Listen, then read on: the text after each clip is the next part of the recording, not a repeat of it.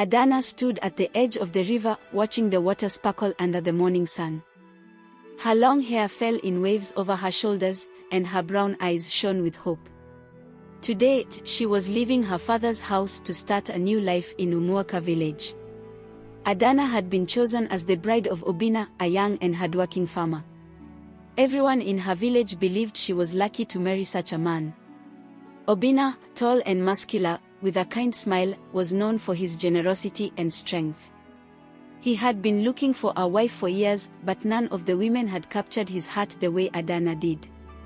When he saw her at the last New Yam Festival, he knew she was the one. Adanna, however, had her own plans. She wasn't ready to be anyone's wife, but she couldn't say no to her father. He had made it clear that the marriage was important for their family's future. So, with a heavy heart, Adanna packed her things and left for Umuaka. The villagers of Umuaka welcomed Adanna with songs and gifts. Obinna's mother, Mama Nkechi, danced with joy as she held her new daughter-in-law's hands. Adanna tried to smile, but deep down, she felt trapped. That night, as they sat together under the moonlit sky, Obinna told Adanna about his dreams. "I want us to build a happy home," he said. "I will work hard to give you everything you need." Adanna nodded, but her mind wandered. She wondered if she could ever love him the way he deserved. Weeks turned into months, and Adanna and Obinna settled into their new life. Obinna woke early every morning to tend to his farm. He planted yams, cassava, and maize. Adanna stayed home, cooking, cleaning, and helping Mama Nkechi with the household chores. One day, Adanna felt strange. She had been feeling dizzy and weak for days. Mama Nkechi noticed and asked, "Are you with child?" Adanna's heart skipped a beat. She hadn't thought about that possibility. She quickly shook her head. "No, Mama, I'm just tired." But Mama Nkechi wasn't convinced.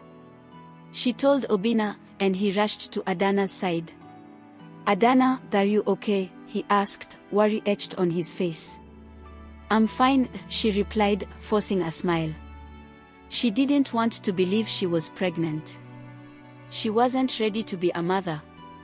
That night, Adanna cried silently in her room. She knew what she had to do. Early the next morning, she left the house and went to the herbalist, Neoma. "I don't want this child," Adanna said, her voice shaking. Neoma looked at her with concern. "Are you sure, my daughter? This is a life we are talking about." Adanna nodded firmly. "I am sure." Neoma gave her a bitter potion and told her to drink it. Adanna did, and within hours, the pain started. She felt as though her heart was breaking, but she told herself it was for the best. Obinna returned home that evening to find Adanna looking pale and weak. He rushed to her side. "What happened?" he asked, his voice filled with worry. Adanna forced a weak smile. "It's nothing. I just ate something bad." Obinna didn't believe her, but he didn't press further. Instead, he stayed by her side, caring for her until she felt better. Adanna's heart ached as she watched him. He didn't deserve this lie, but she couldn't tell him the truth. Days later, Obinna's friend, Chaik, came to visit. He had heard rumors in the village about Adanna visiting the herbalist. "Obinna, I think you should ask your wife some questions," Chaik said, lowering his voice. Obinna frowned. "What do you mean?" Chaik hesitated before speaking. "Some say she went to Neoma for something serious. You need to find out what she's hiding." Obinna's heart sank. Could Adanna be hiding something from him? That night, he confronted her. "Adanna, is there something you need to tell me?" Adanna's hands trembled as she shook her head. "No, Obinna. Everything is fine." But deep down, Obinna felt a seed of doubt growing in his heart. He decided to find out the truth, no matter what. Obinna decided to visit the herbalist, Neoma. He greeted her politely and asked, "Mama Neoma, did my wife come to you recently?" Neoma looked surprised but didn't answer immediately. "Why do you ask?" "I need to know if she came here for anything important," Obinna insisted. His tone was firm but respectful. Neoma hesitated. She didn't want to break Adanna's trust, but she also knew Obinna deserved the truth. "Yes, she came here," Neoma admitted. "But I cannot say more." Obinna's chest tightened. He thanked Neoma and left, his mind racing. What could Adanna be hiding? Back home, Obinna tried to act normal, but Adanna could sense his unease. She avoided his gaze and stayed busy with chores. However, the tension between them grew with each passing day. One evening, as they ate dinner, Obinna spoke. "Adanna, I went to see Neoma." Adanna's hand froze midair. She looked at him, her eyes wide with fear. "Why?" "Because I want to know what you're hiding," Obinna replied calmly. "I can't keep pretending everything is fine." Adanna's heart pounded in her chest. She wanted to confess, but the words wouldn't come out. Instead, she shook her head. "There's nothing to tell." Obinna's jaw tightened. He stood up and walked away, leaving his food untouched. Adanna watched him go, tears streaming down her face. She knew the walls of her lie were closing in. Rumors in the village grew louder. People whispered about Adanna's visit to Neoma, each story more exaggerated than the last. Some said she had cast a spell, others claimed she had sought a cure for a deadly disease. Mama Nkechi heard the rumors and confronted Adanna. "My daughter, what did you go to Neoma for?" Adanna tried to remain calm. "It was nothing, Mama. Just a small issue that is now resolved." But Mama Nkechi wasn't satisfied. She went to Obinna and said, "You must find out the truth. This matter is bringing shame to our family." Obinna's frustration grew. He loved Adanna, but he couldn't ignore the whispers. That night, he decided to confront her one last time. "Adanna, if you love me, tell me the truth," Obinna said, his voice breaking. "What did you do at Neoma's place?" Adanna's shoulders shook as she sobbed. She couldn't keep the lie any longer. I ended the pregnancy," she whispered. Obinna's world shattered. He stared at her, his heart heavy with pain and betrayal. "Why?" he asked, his voice trembling. "I wasn't ready," Adanna cried. "I didn't know how to tell you." Obinna walked out of the house, the weight of her words crushing him. He needed time to think, but he knew one thing for sure, their lives would never be the same. Obinna did not return home that night. He wandered through the village, trying to make sense of what Adanna had done. The pain in his chest felt unbearable, then every corner of the village reminded him of the love he thought they shared. Early the next morning, Mama Nkechi found him sitting by the river, his head in his hands. "My son," she said gently, "come home. We need to talk." Obinna looked up at his mother, his eyes red and tired. "Mama, I don't know if I can face her," he said. "She lied to me, and she destroyed something that was part of us." Mama Nkechi sighed and sat beside him. "I understand your pain, but you need to speak with her. Avoiding her won't bring you peace." Before we continue, I would like you to subscribe to my channel Vanessa Folk Stories and also like this video so that you don't miss the part 2 and stories like this. Thank you. Let's continue. Meanwhile, back at the house, Adanna sat on the floor, her eyes swollen from crying. She knew she had made a terrible mistake, but she didn't know how to fix it. When Obinna finally returned, she stood up quickly. "Obinna," she said, her voice trembling, "please, let me explain." Obinna raised his hand to stop her. "Not now, Adanna," he said coldly. "I need time." The days that followed were tense. The village began to take sides. Some supported Obinna, saying he had every right to be angry. Others sympathized with Adanna, believing she must have had her reasons. The once happy couple became the center of gossip, and the weight of the rumors added to their pain. Obinna buried himself in work, spending long hours on the farm. The physical labor helped him forget, if only for a while. Adanna, on the other hand, became a shadow of herself. She barely ate, and her chores were done half-heartedly. Mama Nkechi tried to bridge the gap between them, but her efforts were in vain. One evening, Chek visited Obinna at the farm. "My friend," he said, placing a hand on Obinna's shoulder, "you can't keep running from this. Talk to her. If nothing else, you deserve answers." Obinna sighed heavily. "I don't know if I'm ready, Chek. Every time I look at her, all I see is betrayal." Chek nodded thoughtfully. "I understand, but you must decide what you want. Holding on to this pain will only destroy you." That night, Obinna finally sat down with Adanna.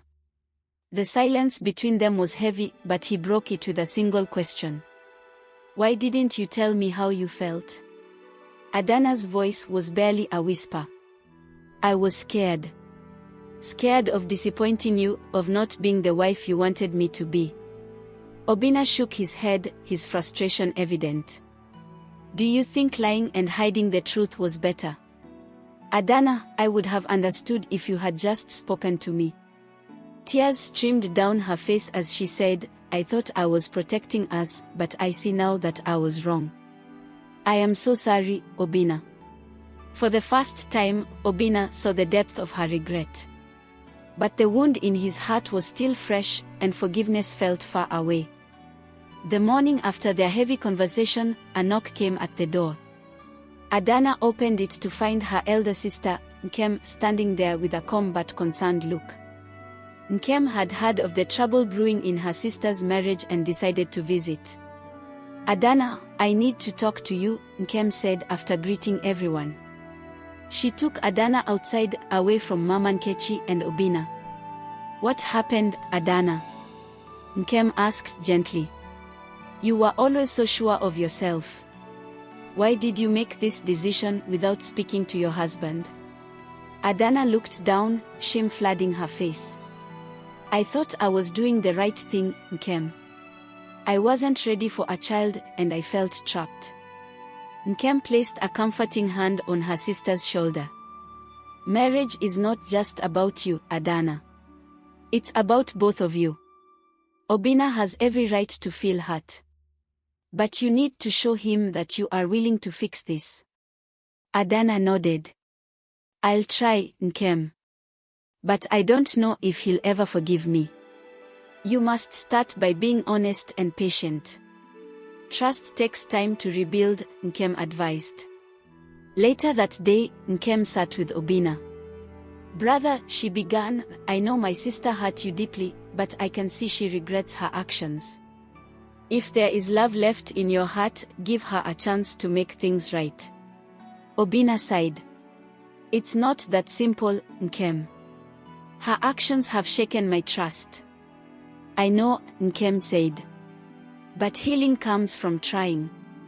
Think about it." Mama Nkechi noticed the heavy air between Obinna and Adanna.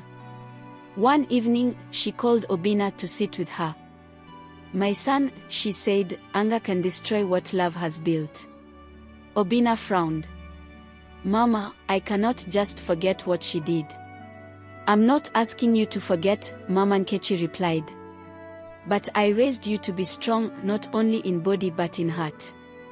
Adanna made a mistake, but mistakes do not erase love."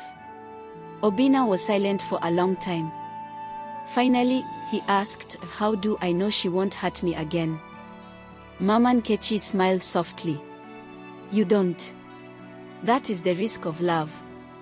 But remember, forgiveness is not for the other person alone, it is also for your peace." Later that night, Obinna sat in the quiet of their room. Adanna had fallen asleep, her face still stained with tears. He stared at her, remembering the good times they shared. Could he let go of his anger and try again? The next morning, Obinna approached Adanna as she swept the yard. "Adanna," he said, his voice softer than it had been in weeks, "we need to talk." Adanna stopped what she was doing and looked at him, hope flickering in her eyes. "Yes, Obinna." He gestured for her to sit. "I am still hurt by what you did, but I've decided to give us a chance to heal. That means you must be open and honest with me from now on." Adanna nodded eagerly. "I promise, Obinna. I will never lie to you again." "It won't be easy," Obinna warned. "We have to rebuild what we lost."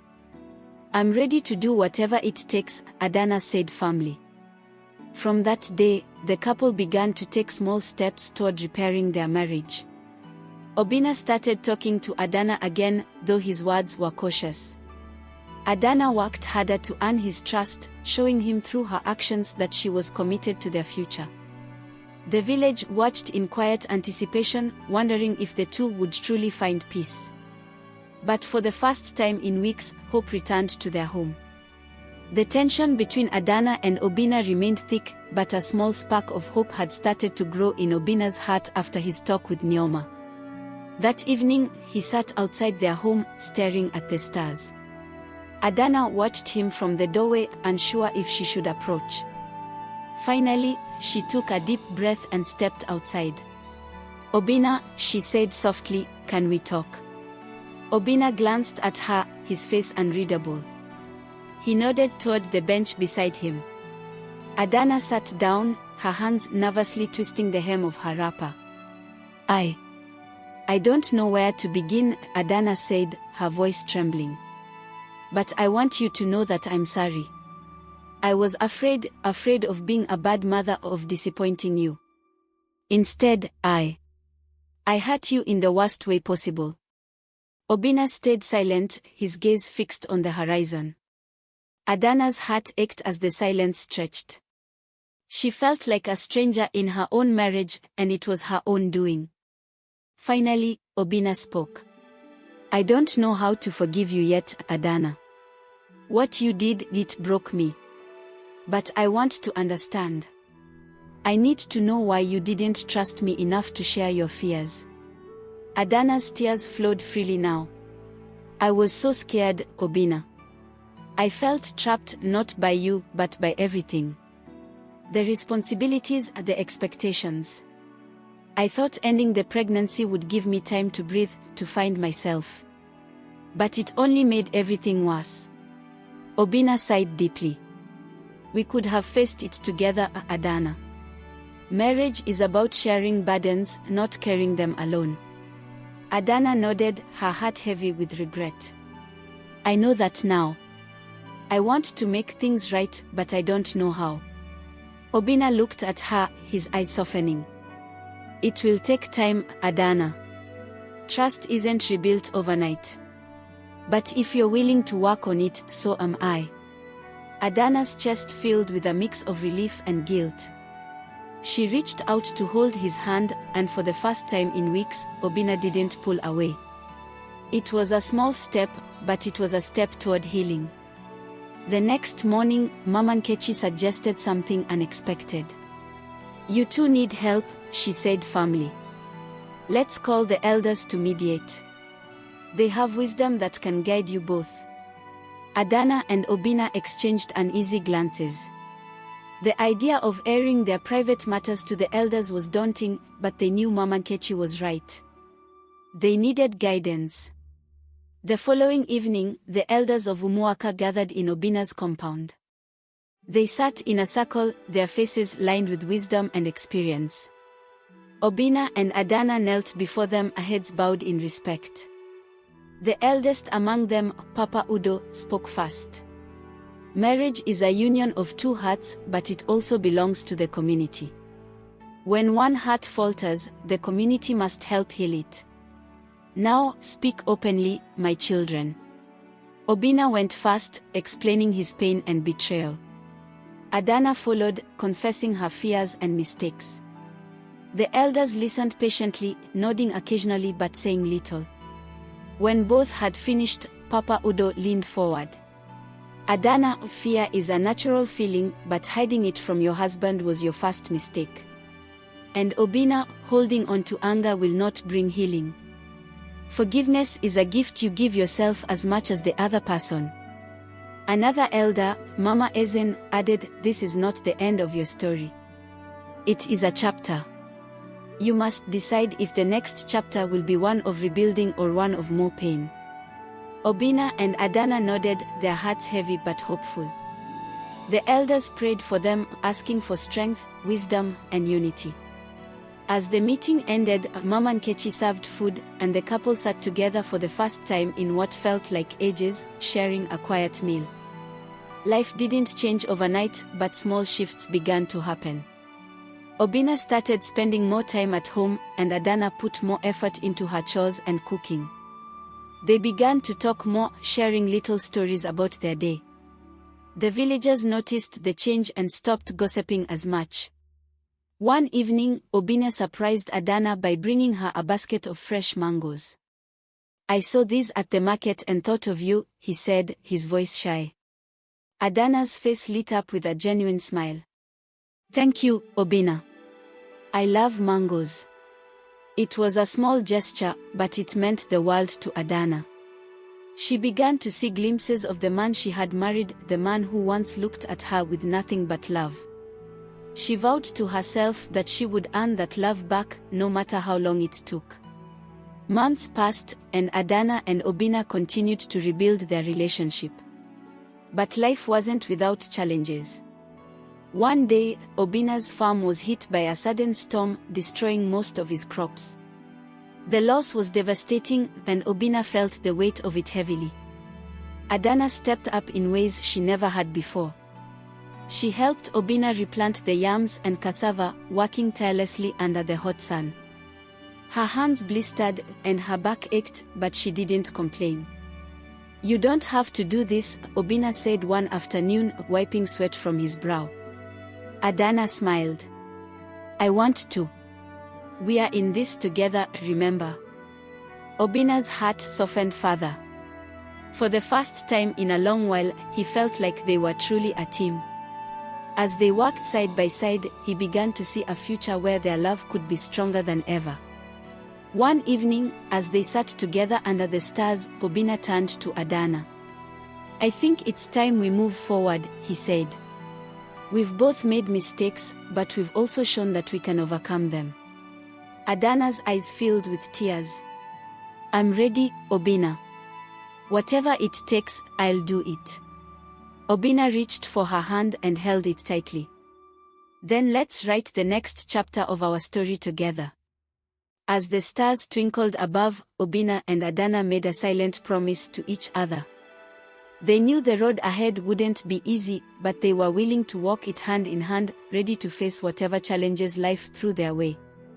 Just as life seemed to settle into a steady rhythm, the arrival of unexpected visitors shook the calm.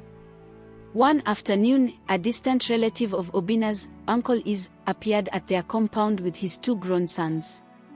Uncle Iz was known for his loud voice and strong opinions, and his visits were rare but memorable. "Obinna, my nephew." Uncle Iz boomed as he stepped into the compound. "It has been too long. I heard of your troubles, then I have come to see how you are faring." Obinna greeted his uncle warmly, though his mind raced with questions. Why had Uncle Iz chosen now to visit? And why had he brought his sons? Adanna brought out refreshments and tried to mask her unease.